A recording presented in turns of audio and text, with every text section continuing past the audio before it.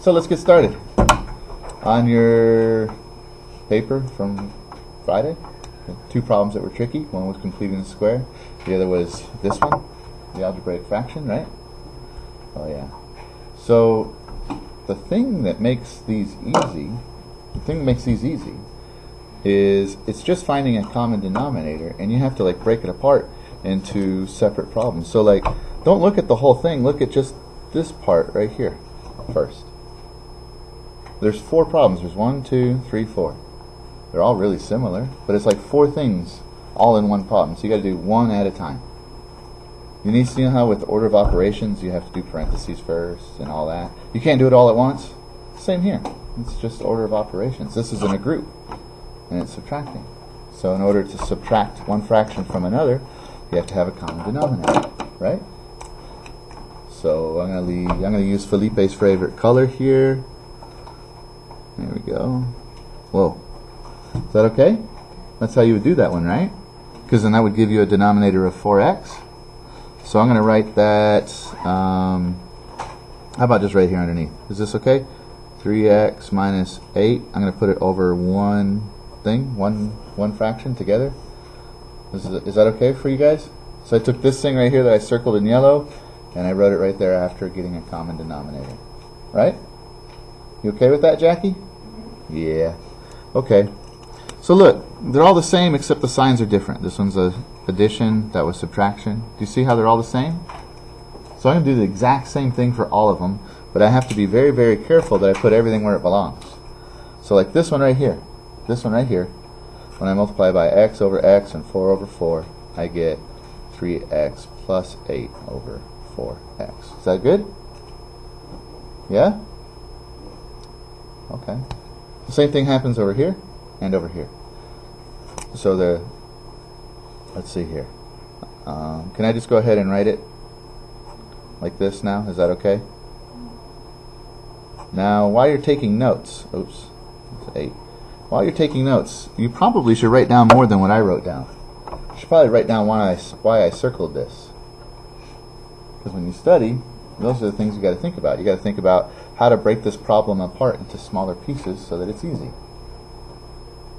Yeah, do one part at a time. One part at a time.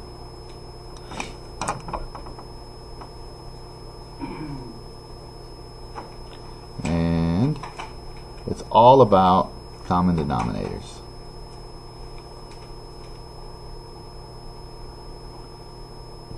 Common denominators. That's a very colorful pencil, Miss Now.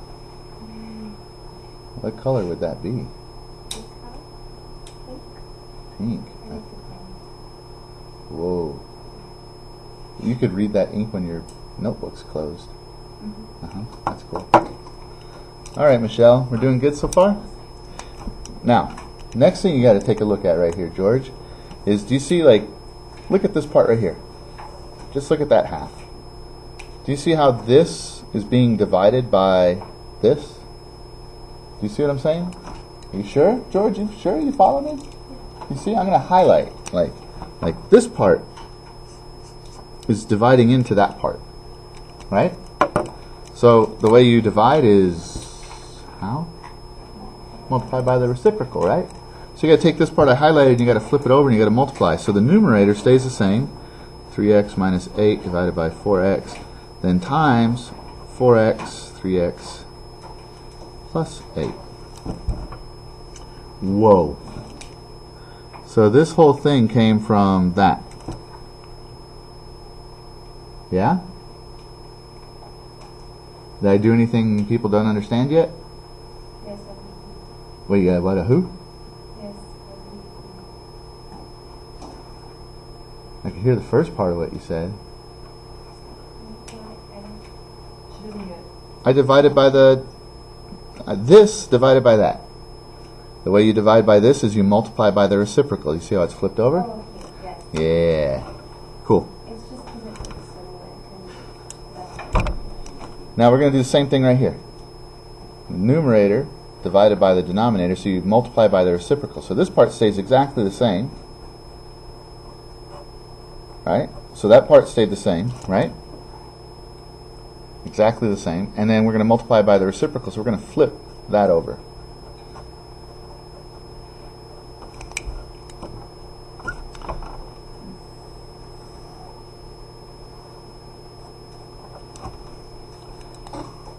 GTG? Good to go. Adiam, you look confused. What's going on, buddy? Huh? You got it? So wait, let's take a look at how we got to this part so far.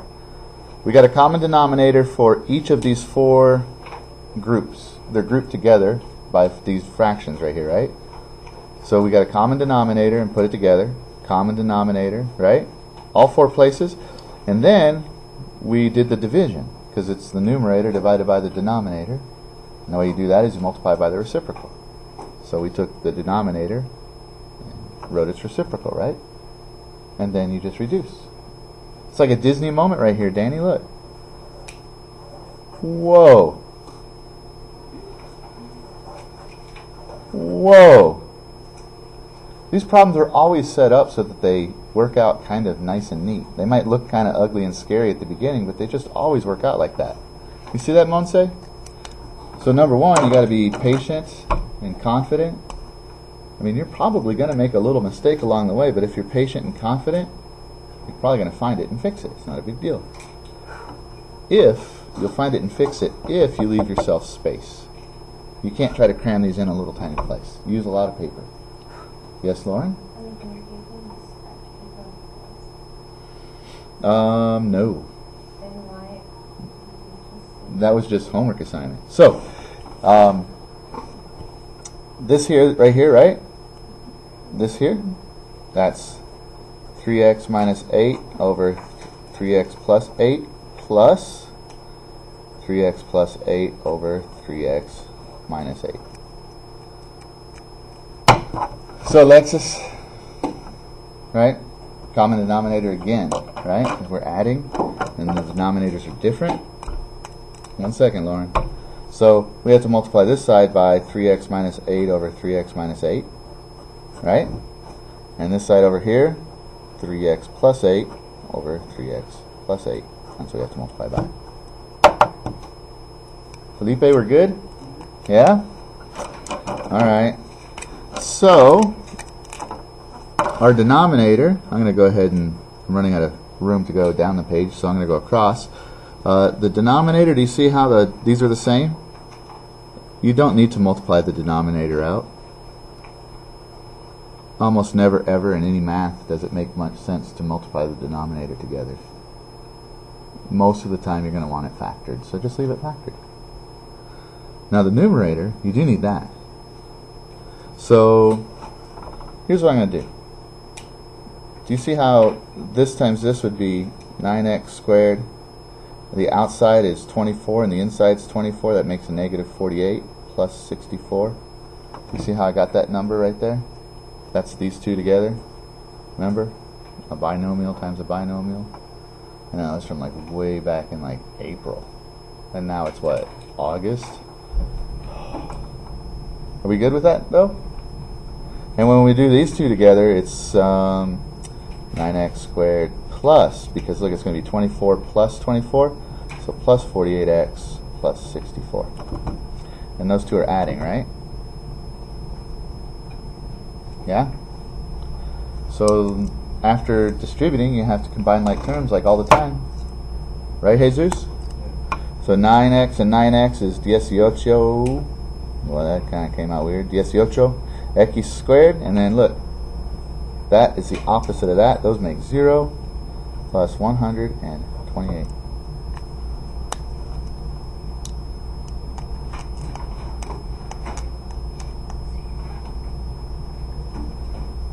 Jackie, do you have questions?